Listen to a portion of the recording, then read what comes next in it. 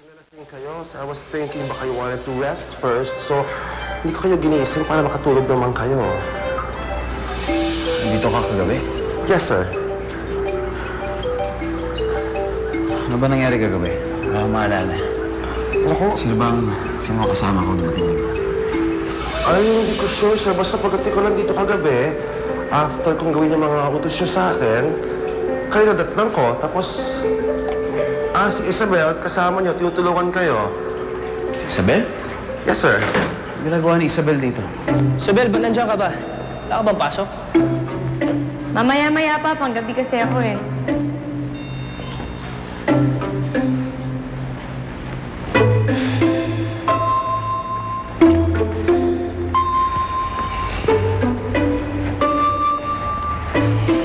Oh, napagalitan ka na naman ba ni Mark?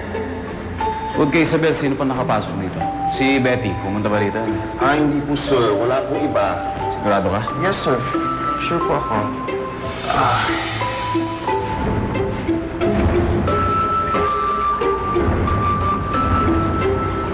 May nakahalikan ako kagabi. Nakahalikan, sir? Isabel, may kukonsulta sana ako sa'yo eh. May kaibigan akong babae. Tapos nakita ko yung boyfriend niya na may kasamang isang babae. Ngayon, iniisip ko kung sasabihin ko ba o hindi. May kasama siyang ibang babae? Pinagtataksilan siya ng boyfriend niya? Dapat mong sabihin sa kanya yun. Baka si, baka si Candy, sir. Yung ex-girlfriend ng psychopathy. Si Candy. Hindi ba sabi ko pinagban ko lang si Candy rito? Sa bagay. Sir, gusto niya i-check ko na lang Sige, muna sige, para check it, mas check it. malaman niya. Yeah. You want coffee, sir? Yes.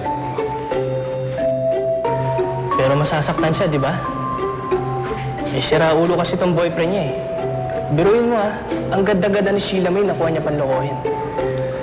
Kung ako sa kanya, magiging tapat ako eh. Hindi ko siya paiyakin. Lagi ko siyang pangingitiin. Gagawin ko lahat para maging masaya siya. Paolo, iniibig mo ba ang kaibigan mo? Gusto ni Berbola na magpadala ng mga kawal sa lupa para hanapin si Jezebel? Oo. Yun ang kondisyon ni Prinsesa Berbola sa kanyang ina. Kapag naibalik na dito si Jezebel, papayag na raw siya magpakasal kay Erebus. Bakit kailangan pa niyang itamay si Jezebel sa problema namin? Masyadong malayong katayuan namin sa buhay, Isabel. Mayaman siya, samantalang ako. Isang kayod, isang tuka.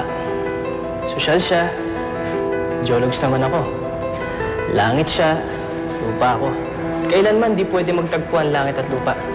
Aba, kung ayaw niya sa akin, edi mo tayong pakasulan. Total, ayaw ko rin naman sa kanya.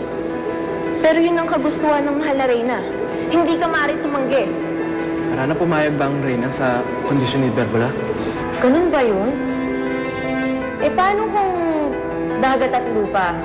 Posible bang magtagpo yun? Labo mo nang kausap, Isabel.